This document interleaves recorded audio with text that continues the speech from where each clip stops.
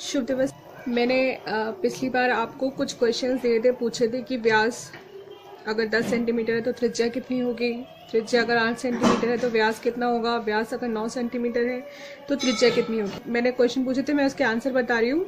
अगर व्यास आपका 10 सेंटीमीटर है तो मैंने आपको बताया था कि अगर व्यास जितना भी व्यास होता है किसी भी वृत्त में, त्रिज्या उसकी हमेशा आधी होती है। यानी कि त्रिज्या यहाँ पे इसकी आधी हो जाएगी। 10 के 2 भाग हम कर देंगे, आधा कर देंगे इसको, तो आएगा 5। यानी कि अगर व्यास हमारा 10 सेंटीमीटर है तो त्रिज्या कितनी होगी, 5 सेंटीमीटर। ठीक है, ऐसे त्रिज्या अगर हमें दे रखी है तो जैसे व्यास का आधा करने पे त्रिज्या निकलती है, वैसे त्रिज्या का डबल करने पे हमें व्यास मिल जाएगा।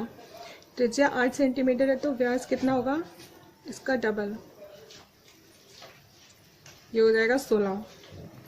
8 का 2 गुना 16। ठीक है, तो इसका आंसर है 5 सेंटीमीटर, इसका आंसर है 16 सेंटीमीटर। उसके बाद फिर मैंने आपसे पूछा था व्यास अगर 9 सेंटीमीटर है तो हम 9 का आधा कर देंगे त्रिज्या निकालने के लिए।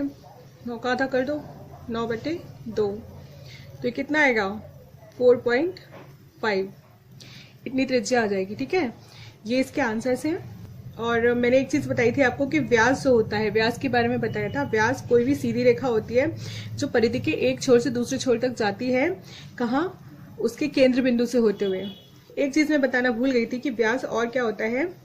व्यास किसी भी वृत्त को क्या करता है, 2 बराबर भागों में बांट देता है। ठीक है, आधा, बीच में से आधी लाइन होती है हमेशा। किसी वृत्त को 2 बराबर भागों में बांटता है। ठीक है,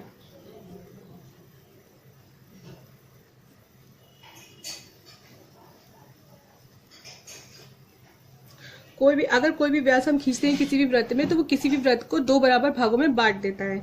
अभी नाप आपको जानना समझना बहुत जरूरी था। कुछ लोग पूछ रहे थे कि मैथ्स पढ़ रहे हैं, तो मैथ्स नहीं है, लेकिन इसमें भी आपको ये जानना जरूरी है, क्योंकि फिर आप गड़बड़ करते हो। अब इतनी चीज आपको समझ में आ गई होगी अच्छे से।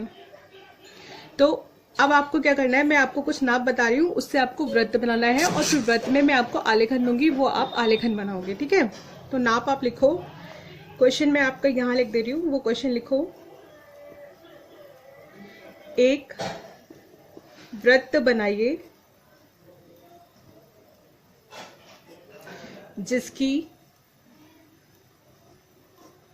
त्रिज्या नहीं तो 5 सेंटीमीटर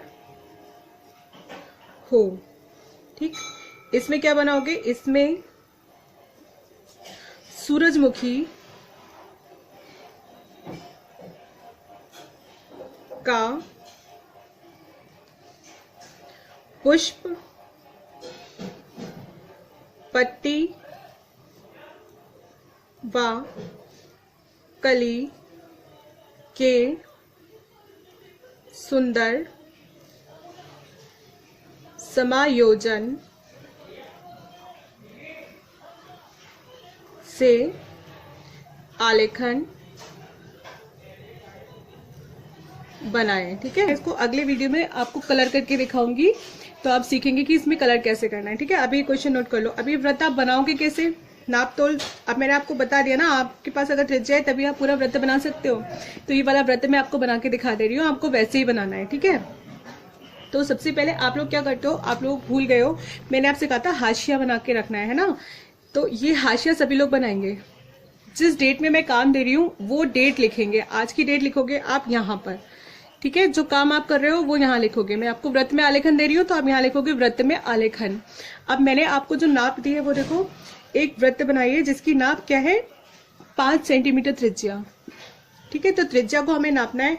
आप क्या करोगे, अपने पेज पर स्केल रख लोगे और इस पे 5 सेंटीमीटर किधर से नापोगे, इस साइड से, इस साइड से नापोगे। जो छोटी साइड होती है वो सेंटीमीटर की होती है, और जो बड़ी बड़ी दूरियां होती हैं वो होती है इंच की। हमेशा इंच सेंटीमीटर से बड़ा होता है। ठीक है, मैंने आपको नाप दिया है सेंटीमीटर में, 5 सेंटीमीटर। ठीक है, तो आप सेंटीमीटर नापोगे, तो आप स्केल को रखो और उसमें 5 सेंटीमीटर देखो। ये यहाँ पे तो पहले 0 हो जाएगा, 0, 1, 2, 3, 4, 5। ठीक है, इतनी लंबी आप एक लाइन खींच लो, बिल्कुल बीच में। यहाँ से खींचोगे, शुरू से नहीं खींचोगे, जहां पे ये लाइन आ रही है यहाँ से खींचोगे। ये आ गई 5 सेंटीमीटर की लाइन यहाँ तक। ठीक है, अब आप पेंसिल लगाओ अपने प्रकार में और इस दूरी को नाप लो।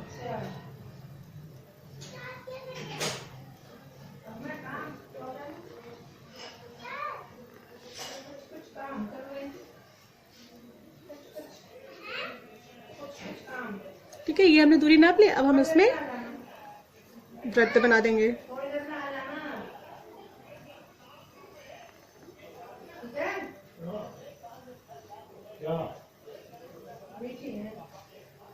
तो ये व्रत आपका इतना बन जाएगा। अब आपको क्या करना है, इसके 2 भाग मैंने बताए नहीं है आपको, तो आपको बीच में व्यास खींचना नहीं है, और ये जो त्रिज्या है इसको भी हटा देना है। जितनी त्रिज्या है हमने उतनी ली थी, अगर व्यास होता तो हम पहले उसको आधा कर देते, तब भी हम त्रिज्या लेते। हम कोई भी व्रत बनाएंगे तो त्रिज्या से ही बनाएंगे, ठीक है। ये जो त्रिज्या मैंने नापी है ये 5 सेंटीमीटर है,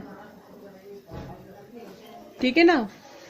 तो ये जो इसको अगर हम बड़ा कर देते तो ये पूरी हो जाती 10 सेंटीमीटर, तो ये व्यास हो जाता। व्यास हमें बनाना नहीं है, हमें त्रिज्या बनानी है। तो हमने ये 5 सेंटीमीटर की लाइन लेके त्रिज्या बना लिया। अब इसमें आपको क्या क्या बनाना है वो मैंने आपको बता ही दिया है। क्या बनाओगे, सूरजमुखी का फूल, पुष्प, पत्ती और कली।